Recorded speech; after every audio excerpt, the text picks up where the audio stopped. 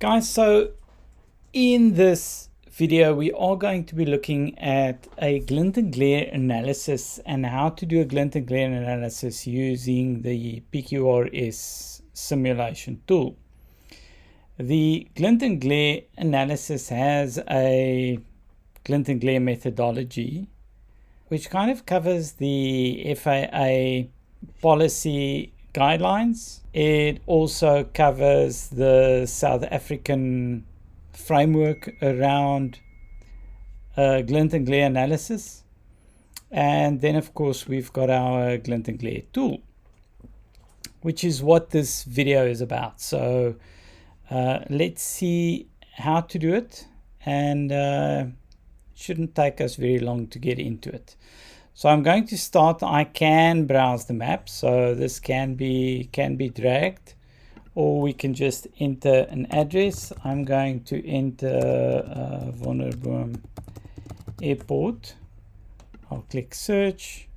It's going to find it, and it drops the pin at the Wonderboom Airport. I've got the option to click on the satellite image over there, and we'll be able to see the Wonderboom Airport. Now what I'm going to do is I'm going to simulate a solar system in this open field over here, so right next to the airport.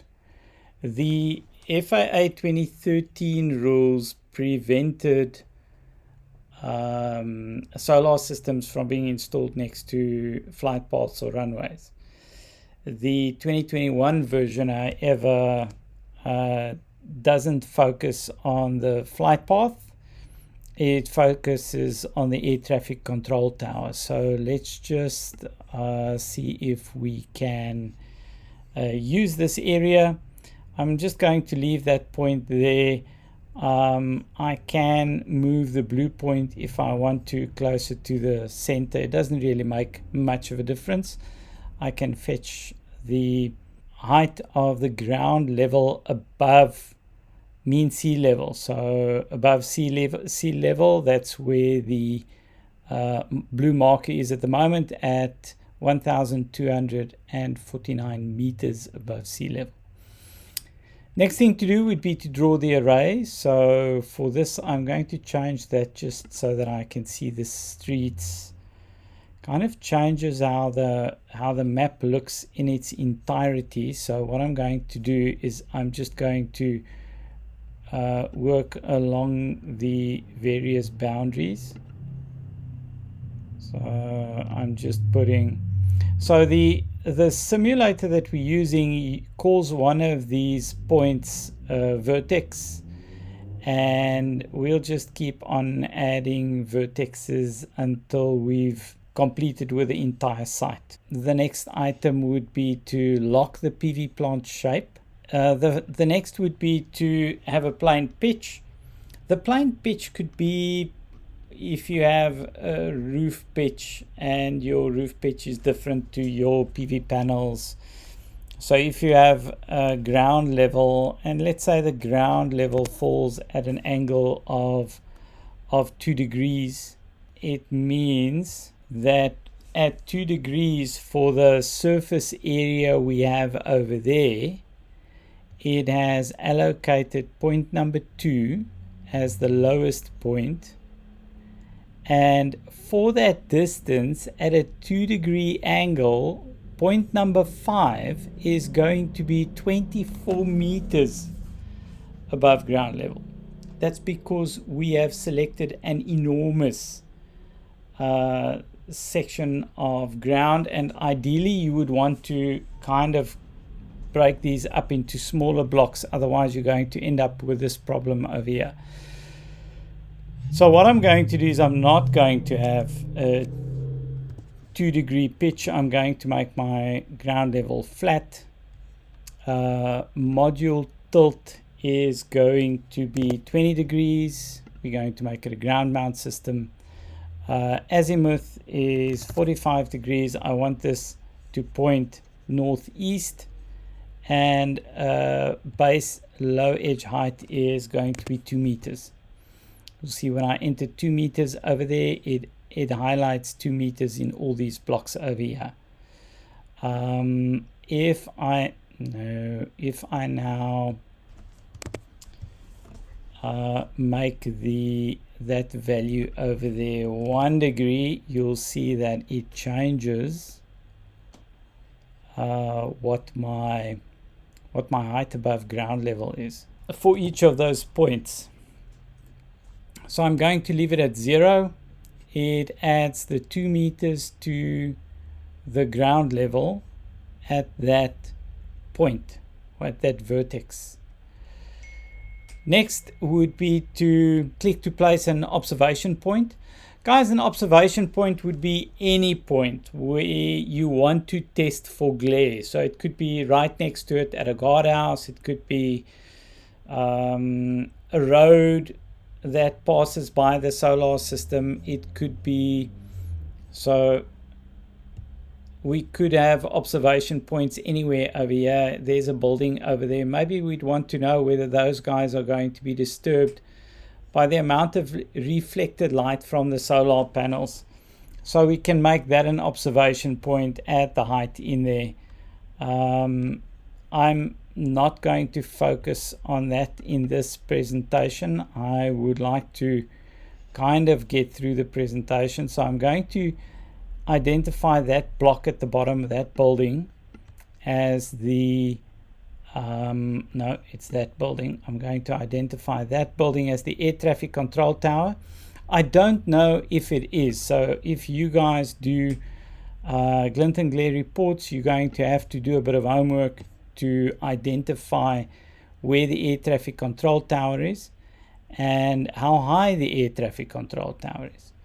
So I have identified the air traffic control tower. The next thing would probably be to put some flight paths in. So I'm going to just drag the map so I can see all the runways. Then I'm going to click to draw flight path. You click on the runway and then you click again towards the end of it, and it extends the flight path for 2 miles from that point. Click to draw another flight path there and there. Click to draw another flight path there and there. That one's a bit skew, but I try to keep it straight along the route. And there and there. So now if I zoom out, you'd be able to see the flight paths at this particular airport. What else? We've got some analysis settings over here. What's your time zone? Do you want the direct normal irradiation to be variable or fixed? I'm going to leave that as variable. What is your minute steps? We've got options in 10, 5, and 1 minute steps. And then at the bottom over here, we kind of allocates a project number, and that's unique to this particular project client. I'm going to call this the PQRS sample report.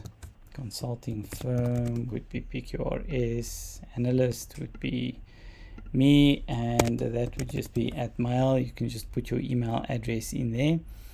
And then this is the Wonderboom Airport sample report PDF. We're going to save the project, and then we are going to be ready to run the analysis. We're going to run the analysis. We'll see at the bottom over there it shows running annual analysis. Should take about 10 to 15 seconds, capturing map figures. So it's taking snapshots of the entire project. It says our solar area covers 341,000 square meters. So this is a massive plant. Over here we see air traffic control tower PASS, and we'll see that our flight path, one of the flight paths, have 185 hours of glare on them. Now, according to the 2013 rules, this would have failed, but according to the 2021 rules, this would have passed the FAA 2021 one rule. So I'm going to open the PDF report. It'll open a sample report in another window. We've got the executive findings. It explains what's a pass, what's a fail. Shows you a breakdown of the installation or the installation area. Shows us the flight paths in relation to where the system analysis was done, where the vertex were placed, or the vertices were placed. Shows us roughly what the methodology is and the values we used as part of the methodology. Shows us the vertex points, shows us the various receptors, and then it shows us the amount of glare. We can see it's 185 hours of yellow glare on flight path 4. And then down here it should give us a scatter graph. So it kind of gives us a scatter graph to show us throughout the year where we are going to have issues. So we can see that there's just a certain percentage, there's a certain time in the year where that is not going to be an issue. Engine variation gives us a couple of assumptions and limitations. And guys, that brings us to the end of this report. I'm going to upload this report to the website. You'd be able to find it there. You'd be able to see what the report is all about. And thank you very much for joining me in this analysis. You would be able to print or save as a PDF. And then you'd be able to go right back and amend it. So you would be able to continue amending this until you kind of get it right. So if you don't want to have the flight path glare, you might find that if you so depending on which rules you are trying to satisfy, we can now adapt the design. I'm going to change the angle. I'm going to change the angle to 90 degrees. So the no, I'm going to change that to 30 degrees, so slightly higher up. And this one over here I'm going to change to 65 degrees. So I'm moving them a bit more due east, and then we can leave all the other things in place, and we could probably save this. So I'm going to save the site name PDF. I'm going to call this 65 degrees due east. Then I know what the reference is, and I'm going to save as new. And then I'm going to run analysis. The previous analysis was 185 hours. This has made a 3-hour difference. So it hasn't made much of a difference. So what can we do? Well, now we've got to have a look and see, maybe we shouldn't make the angle as high. Maybe we can have a slightly more toned down version. So let's make the module tilt of 5 degrees, and we make it due north. Let's make them face north.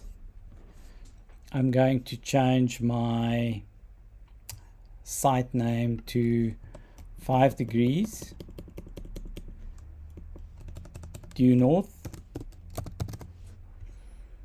and I'm going to save as new, and I'm going to run the analysis. Now the air traffic control tower has failed, and we have way more glare.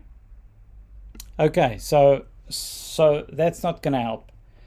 But I think the bottom line is that you'd be able to use this tool to chop and change your design on your solar PV plant until it meets the criteria. So if there's any kind of glare on the air traffic control tower according to FAA 2021, it's going to fail your glint and glare report. So the fact that we changed the orientation of the solar panels to be 5 degrees north has definitely created glare on the air traffic control tower. So maybe the solution would be to have them face north. We can't have them almost east. I'm wondering if we move them all the way east. So this is the last attempt. So it doesn't mean this has to be the last attempt. It's just I can carry on for the rest of the day. So let's make that 35 degrees and we make it completely east. I'm going to change the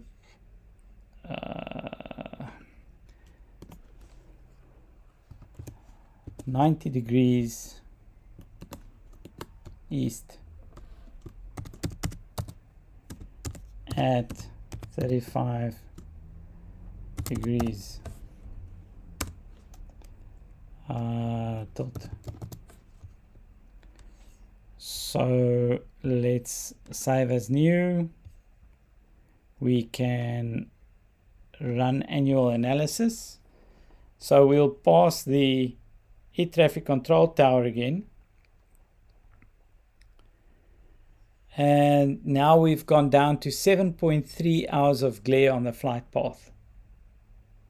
This is way better. So we should be able to see that our scatter report, if we scroll down, our scatter report is going to have very little yellow glare there and very little yellow glare there.